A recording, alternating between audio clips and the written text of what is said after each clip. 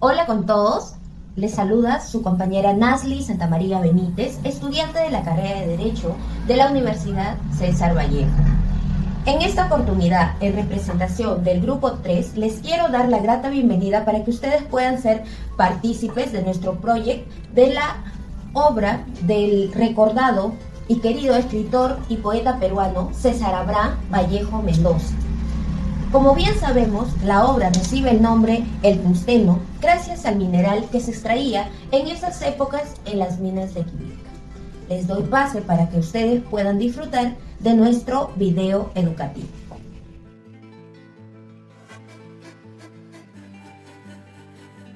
La escurridiza primera edición de la tipografía de César Vallejo. Bueno, pues como sabemos, César Vallejo es un claro ejemplo de una persona que tiene esfuerzo y confianza en sí mismo, es decir, una persona resiliente, quien publicó su tesis en la Universidad Nacional de Trujillo, llamado El romanticismo en la poesía castellana, donde habla de su familia y su vida en entorno. La primera universidad que publicó su tesis fue la Universidad Nacional de Trujillo, en el año 1922.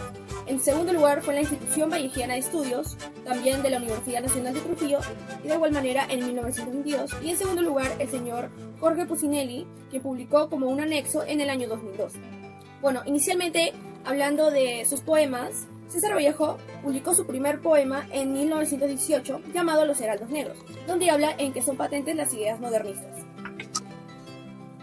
Buenas, voy a hablar sobre el aspecto biográfico de César Vallejo.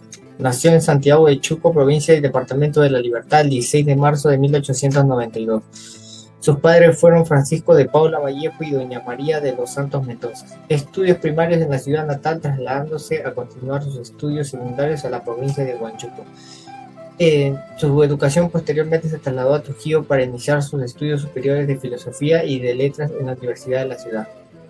Trabajó en las minas de Quivilca, lugares donde se inspira para la obra del tungsteno, donde relata las penurias a las que se veían sometidos los indios que trabajaban en dicho lugar. El ambiente familiar se une con lo de la Francesca Georgette Marjorie Philippard Travers. En la política estuvo en contra de la dictadura del general Franco de España. Apoyó a los republicanos socialistas. Considerado como el más profundo y universal de los poetas de nuestra literatura, se le considera el símbolo de la poesía peruana. Falleció en París en 1938. Sin trabajo y con su poesía incomprendida, César Vallejo decide viajar a París. El domingo 17 de junio de 1923, nuestro más grande poeta dejó su patria. Durante los 2 primeros meses, llega a padecer verdaderamente hambre, por los pocos ingresos que generaba.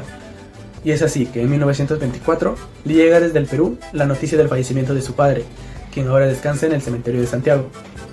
Meses después, ingresa al hospital de la Charité para tratar un problema de hemorragia intestinal. Los días que pasó en la casa del dolor, como él lo llama, le enseñaron el lado más débil de la condición humana. París tiene el prestigio de ser la ciudad del amor. Ahí Vallejo conocería a Georgette Philippard, con quien se casaría luego de una larga convivencia. Y es en 1931, cuando fue expulsado de Francia por sus actividades políticas, y se va a España con Georgette, donde en Madrid publicaría su novela El tungsteno, donde narra con un lenguaje realista el sufrimiento y rebeldía de los obreros de un asentamiento minero en el Perú. Sin embargo, los editores le rechazan su cuento más logrado, Paco Yunque. Luego de obtener el permiso de residencia en París, Vallejo se presentaría como representante del Perú al Congreso de Escritores para la Defensoría de la Cultura, y es ahí donde se encontraría con grandes escritores como Pablo Neruda. Finalizado el congreso, inmediatamente Vallejo se dedica a corregir poemas y obras que tenía acumulados años atrás, como es el caso de Poemas Humanos. En marzo de 1938, Vallejo empezaría a padecer fiebres muy altas y persistentes. Es llevado a la clínica de Villarejo, donde los médicos no llegan a determinar con claridad la causa de esas fiebres.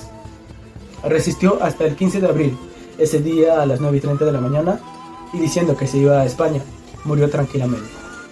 Fue un día viernes, al día siguiente del que había anticipado. Vallejo, hastiado de la mediocridad local, tenía ya sus miras puestas en el viejo mundo, con el dinero que le endeudaba al Ministerio de Educación. Se embarca rumbo a Europa, de donde no regresará más. Viaja en el vapor Oroya el 17 de junio de 1923 con una moneda de 500 soles. Inicia su amistad con el escritor español Juan Larrea y con Vicente Huidobro, trataba contacto con importantes intelectuales como Pablo Neruda. También en 1923 conoce en París a Georges-Marie Philippard Travers, viaja a España y conoce a Federico García Lorca, también conoce a Miguel de Unamuno, etc. Y regresa a París en 1932. Buenas tardes, profesora. Soy la alumna Olenka Milagros Ramírez Yucra y en esta oportunidad hablaré acerca del emprendimiento cultural. Efectivamente, Hernández da a conocer la idea de la creatividad que genera pensamientos de valor cultural. Asimismo, también nos habla que en el mercado al que estén presentes ayuda a comprender la visión y la misión actual, ¿no? En cuanto a los cambios de la productividad. También nos habla acerca de la forma de pensar y de actuar, provocado por la entrada de estas empresas. Por otro lado, también UNESCO 2013 refuerza y apoya el informe de Hernández, ¿no? Que se enfoca en la economía como una opción de desarrollo y confirma que se necesita más comprensión sistemática de la estructura de la economía creativa para así poder desarrollar las políticas para ese sector. También es importante apreciar la interconexión y la contribución de un grupo para poder cambiar las actividades y la capacidad de otros grupos para poder ingresar a los mercados internacionales, ¿no? Mostrando que el sector cultural opera como un colectivo posible, facilitando su presencia conjunta en los escenarios mundiales. También, por último, la economía y la creatividad son puntos de suma importancia para el crecimiento empresarial, y esto fluye de manera en que el enfoque humano nos permite asumir tareas, nuevos retos en servicios y, claro, nuevos proyectos, para así poder emprender de manera alturada y concluir con una empresa triunfadora, ¿no? Llena de competencia contra cualquier entidad que estuviera al margen. También nos menciona que en el emprendimiento cultural está lleno de la capacidad de aprendizaje, persistencia, asertividad, proactividad, ¿no? Como también las ideas para la comunidad, los empleos, ayuda al medio ambiente. Y sobre todo, para tener un emprendimiento cultural se necesita de actitud, sobre todo ambición, visión y, claro, confianza en sí mismo, para que su emprendimiento pueda tener un buen resultado. Emprendimiento cultural, internalización de las empresas familiares.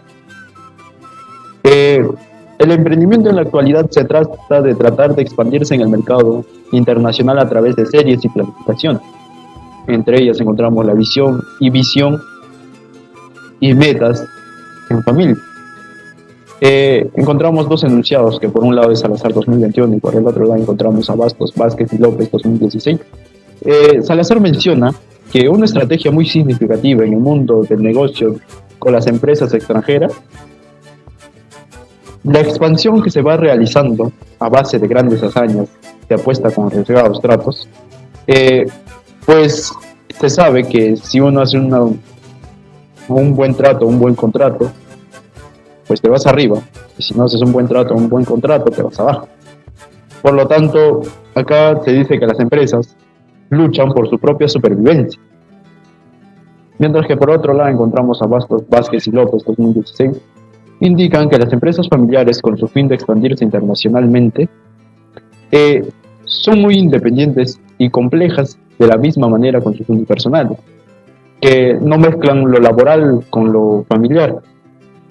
Son muy cortantes en la toma de decisiones, siempre van por una uniformidad de distintas características.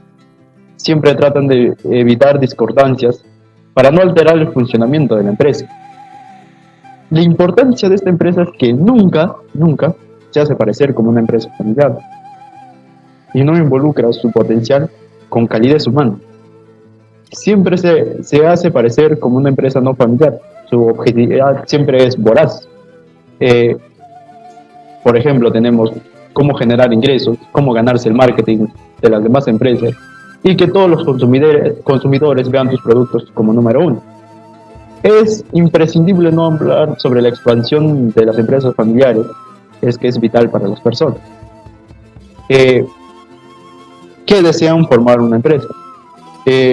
Por ello, se dice que muchas veces las empresas, para poder salir o subsistir desde la base, muchas veces crean un proyecto y financian para que los bancos u otras entidades puedan financiar su producto o proyecto.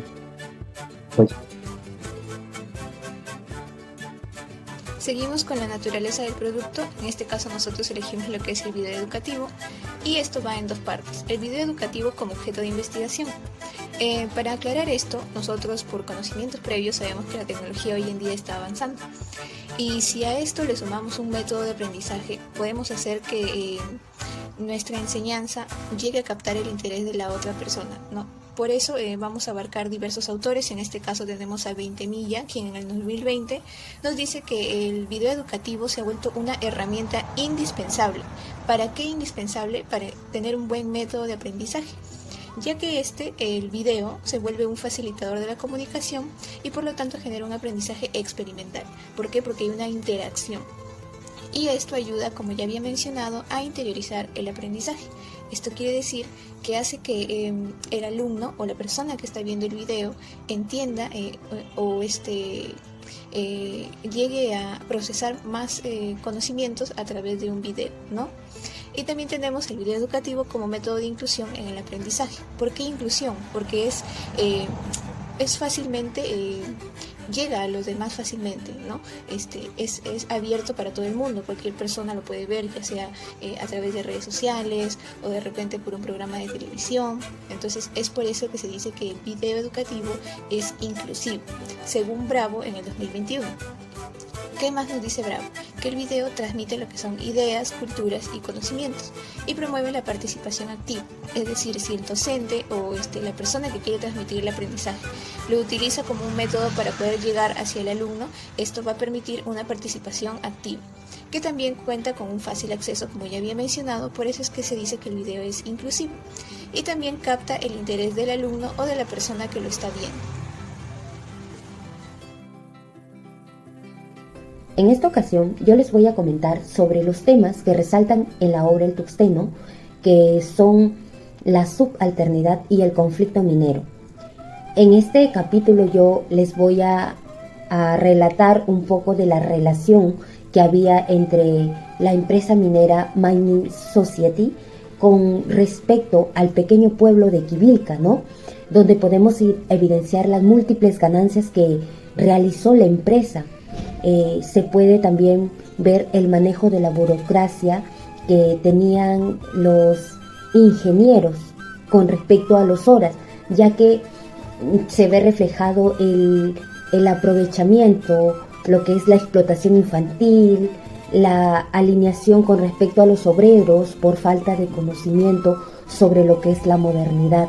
También en uno de los capítulos se puede evidenciar lo que es la violación hacia el sexo débil. Y también podemos decir que aunque hoy en día haya pasado mucho tiempo, podemos también ver en la actualidad lo que es la subalternidad de manera solapada, ¿no? Con respecto a lo que son las empresas mineras, que aún siguen aprovechándose de poblaciones vulnerables. En esta ocasión, anteriormente lo realizaban con el hombre andino del Perú.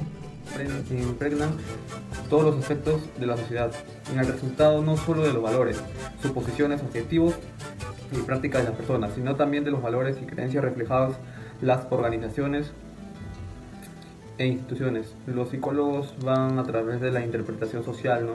Y la ideología que ésta representa, la institución social y la estructura social. Muchas gracias. La estética de lo grotesco en el Tuxteno de César Vallejo.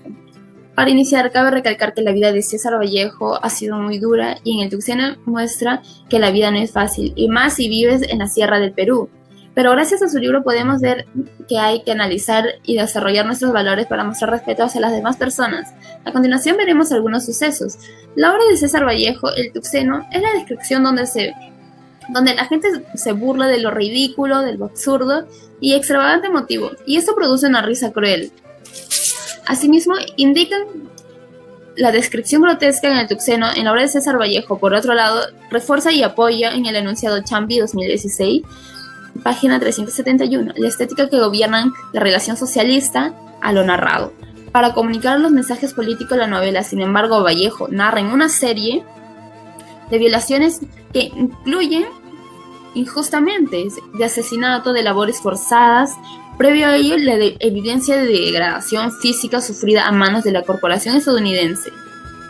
Minor Society, que por otro lado dos pequeñas comunidades, entre ellas Quibivilca y Colca, contribuyen a los representantes del departamento de Cusco, que pueden observar la corrupción.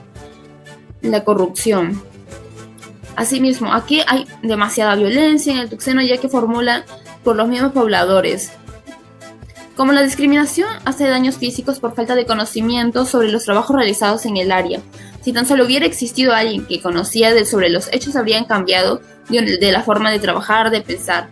No hubieran sido explotados por parte de la empresa Minor Society, agregando la ciudadanía en la actualidad tiene que estar preparado y averiguar sobre trabajos sufridos, así como el hostigamiento laboral, que en este tipo de empresas pues ayuda a contribuir y mejorar el bienestar de los trabajadores. En consecuencia, logras ayudar a los demás para hacer respetar sus derechos.